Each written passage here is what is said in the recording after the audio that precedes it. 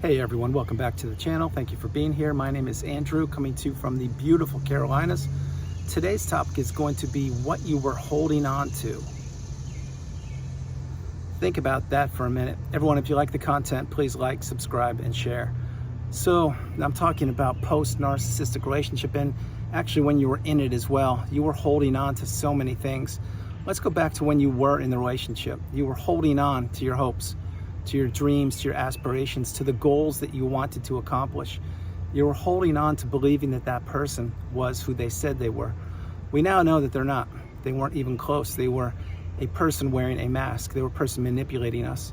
And they weren't even 1/10 of the person you thought they were. They were exactly the opposite person. Now, when you're holding on to what a person tells you and you're believing that their words will match their actions, and nothing like that ever takes place, it's a very challenging spot to find yourself in. And the reason why it's challenging to find yourself there is because you believed in the mask, you believed in the person, you believed in the narcissist. Now, they did manipulate you, they took advantage of you, they tricked you and trapped you and all the things I talk about. But what you were holding on to was your ability to love, your high level of empathy, and you believed that that person loved you. Maybe it wasn't a romantic relationship, maybe it was your mom or dad or brother, sister, or coworker, or colleague, friend from 10, 20, 30 years. How many times did you tell them you loved them? How many times did they tell you you loved them or they loved you? You see, when you are giving and giving and giving to a relationship and the other person is not giving much at all, sometimes they're giving absolutely zero, that is what I call a one-way relationship, and it doesn't benefit you. It never has in the past, and it won't in the future. That relationship was a narcissistic relationship. It was a person who was trying to take and take and take, and when they were done, what did they want to do? That's right, they wanted to take more from you. And you were holding on to so many things when you were in that relationship. You kept on giving to a fault. You perhaps were a people pleaser. I can assure you, you didn't have boundaries, because if you try to put up some boundaries, they were decimated. And what was the narcissist doing the whole time? They were stringing you along. They were telling you what you wanted to hear sometimes, and they were peppering in abuse here, there, and everywhere. And once the narcissist knew that they had you, as I've suggested so many times on the channel, when you moved in with them, when you married them, had children with them, created a business for them, relocated halfway around the world, quit your job for them, took a job for them, when you did one of those pivotal things, or maybe you did all of them, that's when the narcissist knew they had you. That's when they knew that they were going to sink their dirty fangs into you, and they were going to begin to extract all of your resources from you. And again, you have to remember, the narcissist had done this before they met you. The narcissist did it with you.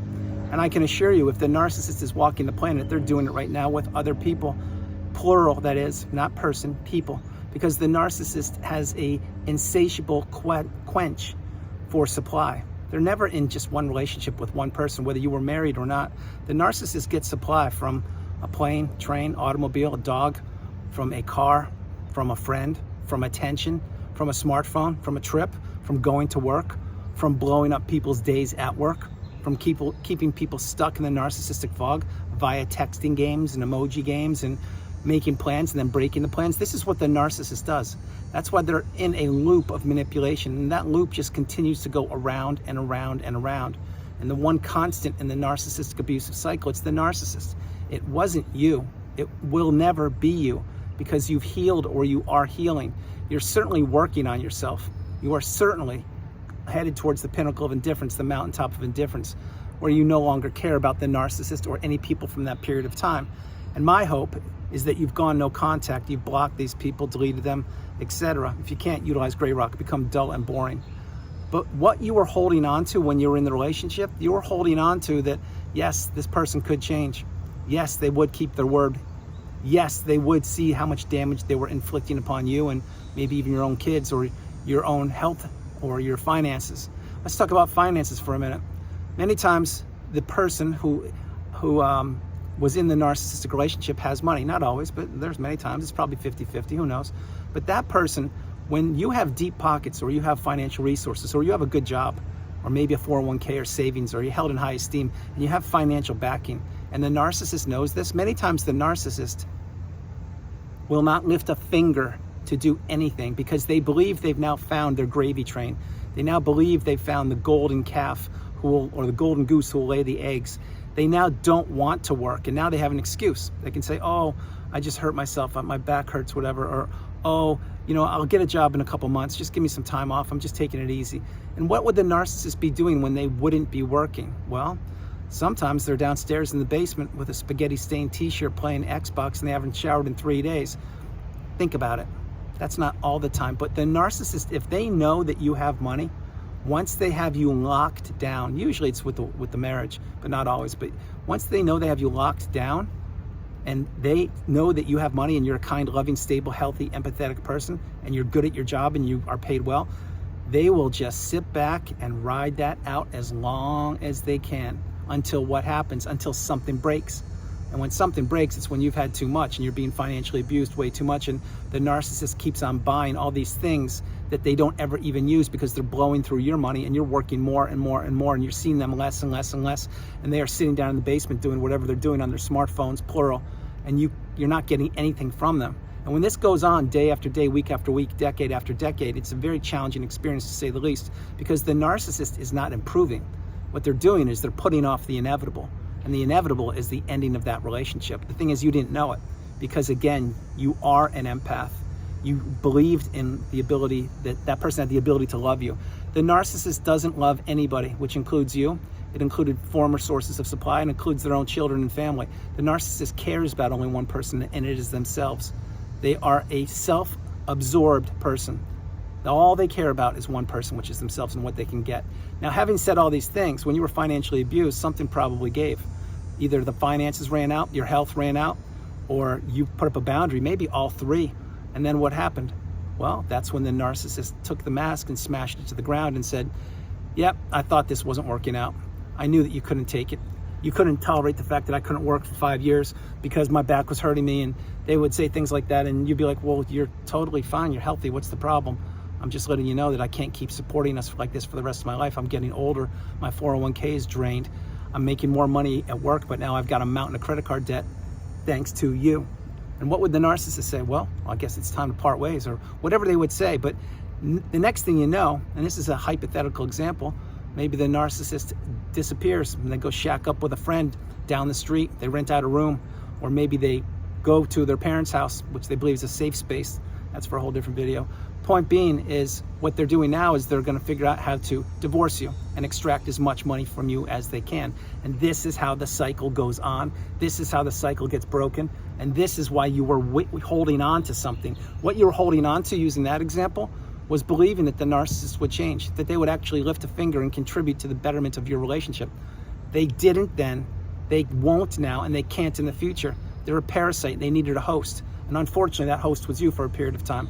But now you're getting the wisdom, you're applying the tools, you're understanding that you need to become awakened and aware, educated, and empowered. And you do understand that you are the priority. You come first, second, and third. And you also understand that the narcissist deteriorates over time. They do not improve. They become more and more entitled. They believe that other people's assets or money or resources should be theirs. And they just really can't wrap their head around how life has treated them the way life has treated them, when all they've done is milk the system and bleed their sources of supply dry, which did include their immediate family members, friends, if they had colleagues, their spouses, their own children at times. But when you were holding on in that relationship, it was because you didn't know what you didn't know, which is that you probably weren't in a narcissistic relationship. Now fast forward, let's say you're out of the relationship, and let's say that maybe you weren't even married. Let's just say it was your own adult son or daughter, or maybe it was a brother or sister, or a boyfriend, girlfriend, who knows. But when you finally separated yourself from that person, meaning you decided to put up boundaries and not contact them or communicate with them any longer, what would happen then? Well, many times you'll still be thinking about them, ruminating, wondering who they're with, what they're doing, and if they're okay. Now, why I said the last three things right there is because many people that I work with during one-on-one sessions are true, and I mean true empaths. Not everybody, but many of them are, and they really still want the best for the narcissist, despite the fact that the relationship has ended. I get it, I was once there. But eventually what happens, the further you get away from the narcissistic individual, and the further you get away from the relationship and you wrap your head around what that relationship was, and what it was not what you thought it was. What it was a debilitating, toxic relationship. But as you get further and further away, your concern for the narcissist dissipates. It actually disappears. And that's when you reach the pinnacle of indifference, the mountaintop of indifference that I speak of so frequently on videos, because the mountaintop of indifference It's when you realize that you were through a relationship that took you so high and it dropped you super low. And you weren't prepared for this relationship because you weren't taught it in school. But what did you do? After the relationship ended, no matter how it ended, you picked yourself up by the bootstraps, you dusted yourself off, you went to work, you began to heal in your own cocoon of boundaries. And you had to practice radical acceptance. You had to slow your life down, learn the definitions in the glossary on the narcissistic abusive cycle. You had to take a closer look at your immediate family members, your friends, your colleagues, coworkers, and everybody. And then you really had to self-isolate, not be isolated like you were when you were in the relationship.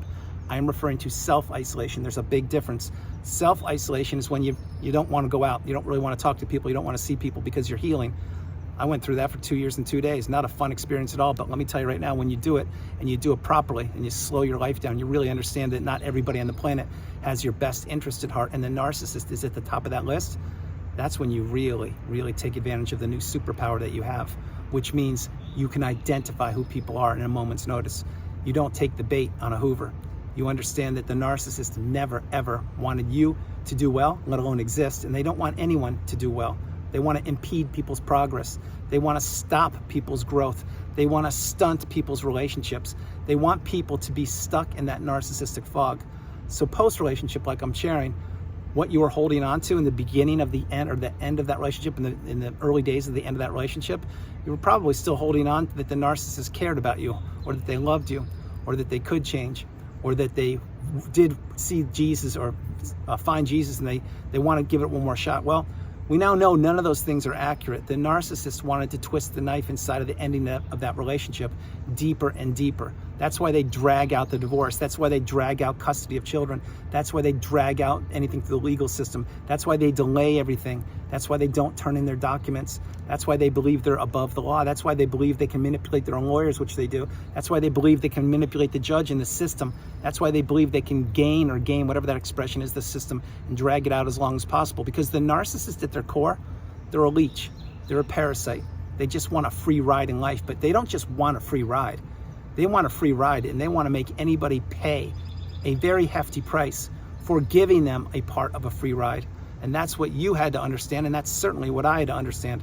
Going back to what I shared, when you were in the relationship, you were working to a fault. You were giving. You did everything you could to keep on putting Band-Aids on that relationship and trying to make sure that it stayed afloat and maintained it to the best of your ability, because the narcissist was trying to continue to disrupt that relationship. They're essentially trying to break it. Now you know that, but you didn't know it back then, and they were watching your life implode and watching your health take a hit, watching your finances go to zero, watching the credit card debt build up, and watching anyone, and I mean anyone that you communicated with, have a wedge be driven between them and you, because they were administering the smear campaign.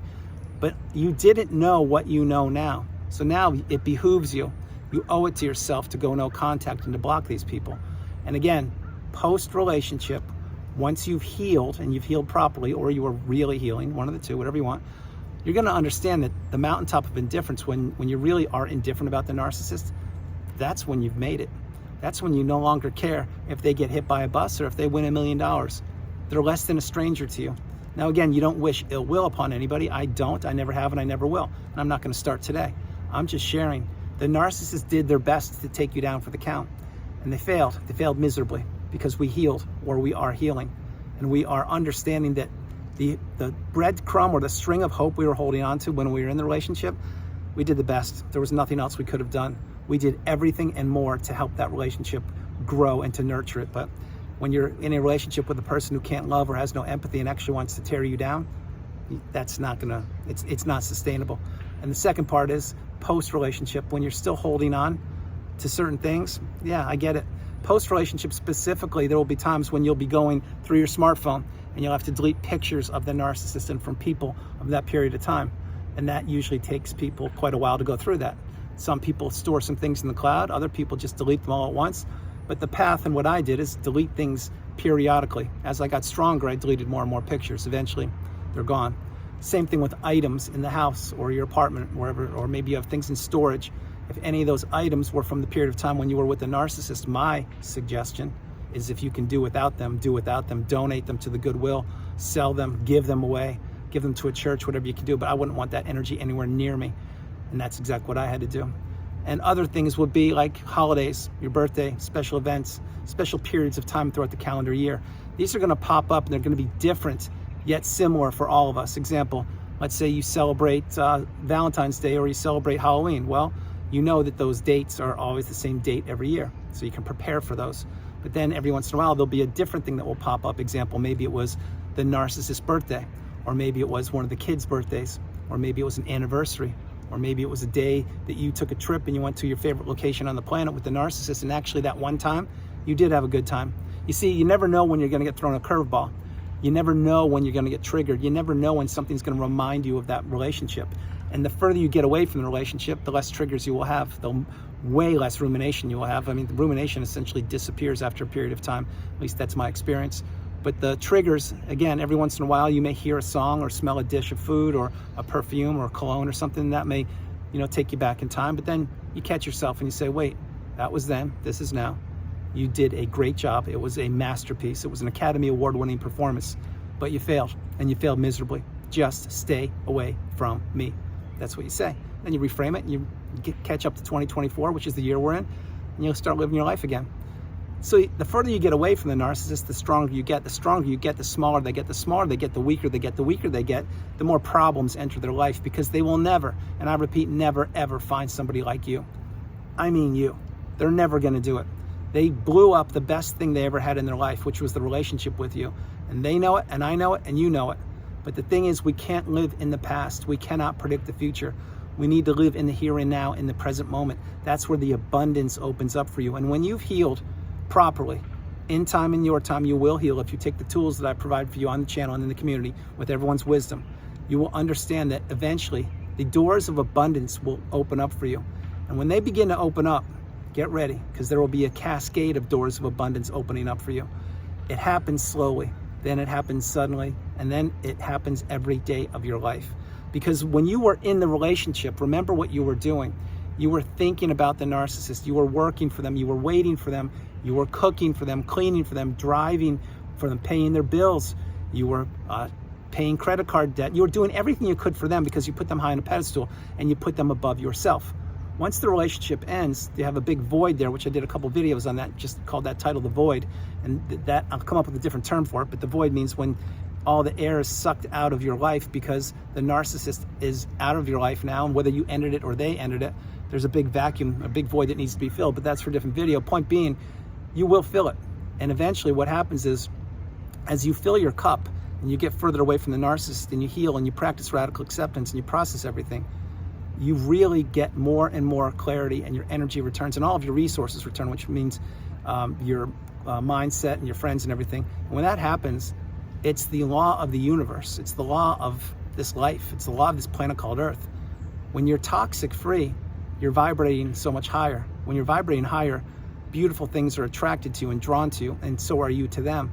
And that's when you can take a class, teach a class, read a book, write a book. It's when you can travel. You can sleep until 4 o'clock in the afternoon, or you can stay up till 3:30 in the morning. You can do whatever you want to do because you're not being consumed by the narcissist, and you are not, and I repeat, not holding on to anything any longer. This is the path. Understand the message. So before I close the video, remember, where you are today is not where you will be in 3 months, in 6 months, in 9 months, or in 12 months. I'm talking mentally, emotionally, spiritually. My hope is physically and financially. But you need to take action. If not now, when? So before I close the video, if you haven't gone no contact with these people, consider doing it. If you have multiple sources of communication open with these people, try to close one of them and then see how that feels. And then maybe next week or in the future, you could close another one. Take baby steps, but begin to insulate and protect yourself. Remember, not everybody has your best interest at heart on the planet. And the narcissist is way at the top of that list. That is why getting these people out of your life as soon as you possibly can is the path. So everyone, that's the video. I hope you liked it. I loved doing it from the beautiful Carolinas. This is Andrew. Namaste. Have a great afternoon, evening, or morning, no matter where you are on the planet. You are not alone. Remember that. You are not alone. I love you all. God bless you. And remember this. The narcissist is who they are. You didn't know back then who they were. You fell for the mask. You believed in it. And that's just what you did. It wasn't your fault. But now that you know what narcissism is, or you're learning about it, and you know these people manipulate anybody, don't let them get to you. Not that narcissist you were thinking of, and not anyone in the future. That's why you really need to have boundaries and learn to say no, the strongest word in the English language. Understand the path. The path is for you to enjoy a beautiful, abundant life without any drama, manipulation, or toxicity. I love you all, and I'll talk to you tomorrow. All right, bye everybody.